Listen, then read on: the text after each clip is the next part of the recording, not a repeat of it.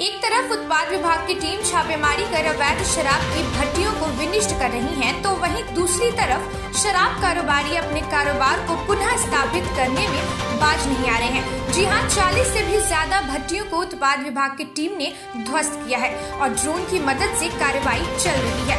सारण जिले के विभिन्न थाना क्षेत्रों में जहरीली शराब से हुई मौत के बाद उत्पाद विभाग ने अवैध शराब निर्माताओं पर कार्रवाई और तेज कर दी है।